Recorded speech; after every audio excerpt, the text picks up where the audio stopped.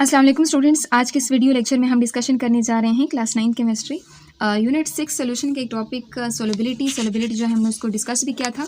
उसमें हमने various factors जो थे वो डिस्कस करना स्टार्ट किए थे। उसमें हमने देखा था कि किस तरह से एक सॉल्यूट एक सॉल्वेंट के अंदर डिजॉल्व होता है, ठीक है। उसके ऊपर वेरियस फैक्टर्स हमने डिस्कस किए थे। नेचर ऑफ सॉल्वेंट बहुत ज़्यादा इफेक्ट डालता है, नेचर ऑफ सॉल्यूट इफेक्ट डालता है। और उसमें हमने देखा था कि लाइक डिजॉल्व लाइक का जो प्रिंसिपल होता है वो सोलिबिलिटी में बहुत इंपॉर्टेंट रोल प्ले करता है।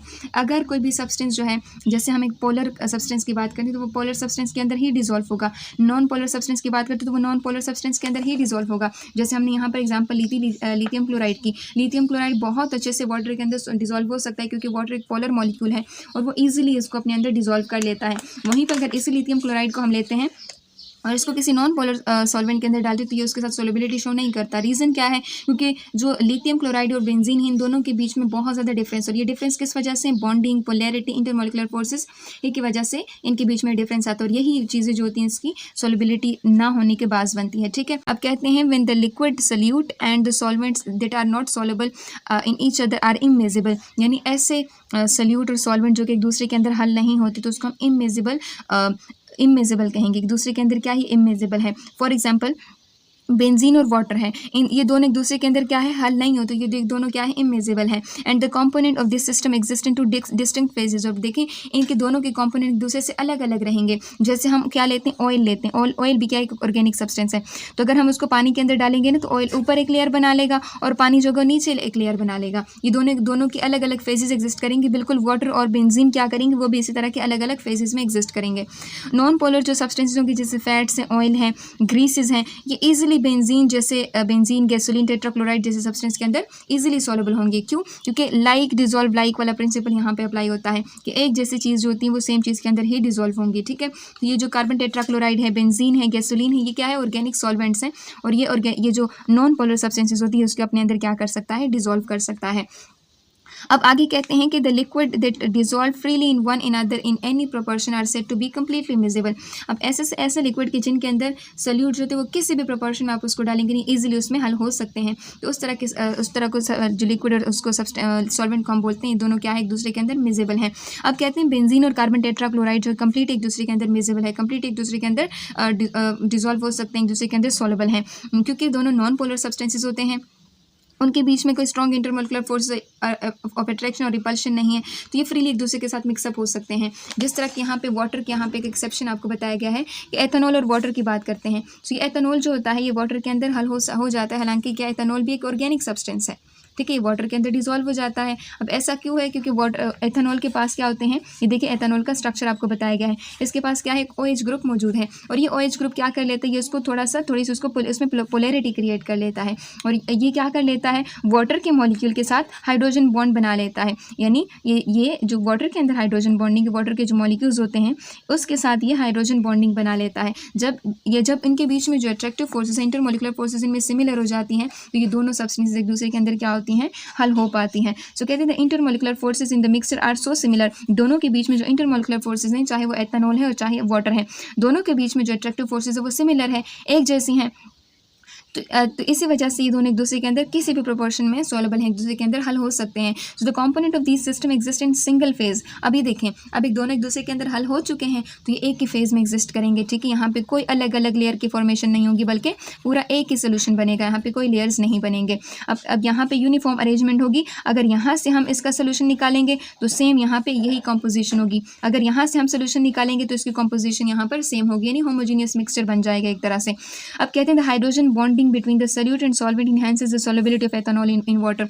अब एथेनॉल जो है पानी के अंदर क्यों हल हो जाता है? क्योंकि जो हाइड्रोजन बॉन्डिंग है, जो इंटरमोलिकुलर फोर्स है, वो रिस्पॉन्सिबल है एथेनॉल की वाटर के अंदर सॉल्युबिलिटी के लिए। ठीक है, आपसे पूछा जा सकता है कि अगर हम बेंजीन को पानी के अंदर डालते हैं तो वो हल नहीं होता, लेकिन वहीं पे एथेनॉल अगर हम डालें तो वो इजीली हल हो जाता है। रीज़न क्या है? क्योंकि जो बेंजीन है वो क्या है? उसके अंदर पोलैरिटी नहीं है, वो नॉन पोलर सब्सटेंस है, ठीक है। और अगर हम एथेनॉल की बात करते हैं तो उसके अंदर OH ग्रुप मौजूद होता है, तो वो क्या कर लेता है? एथेनॉल को समवॉट एक पोलैरिटी उसके अंदर क्रिएट कर लेता है, जिसकी वजह से वो हाइड्रोजन बॉन्डिंग वाटर के साथ बना लेता है। बेंजीन के केसेस में कोई हाइड्रोजन बॉन्डिंग नहीं होती, यहाँ पर हाइड्रोजन बॉन्डिंग पॉसिबल है, और यही हाइड्रोजन बॉन्डिंग क्या कर लेती है? इसकी सॉल्युबिलिटी की वजह बनते हैं। उसके बाद यहाँ पे आपको बताते हैं effect of pressure on solubility, यानी सॉल्युबिलिटी के ऊपर प्रेशर का क्या इफेक्ट होता है। देखो, हमेशा याद रखें कि जो सॉलिड और लिक्विड होती है इनकम्प्रेसिबल होती है, उसको हम कंप्रेस नहीं कर सकते, ठीक है।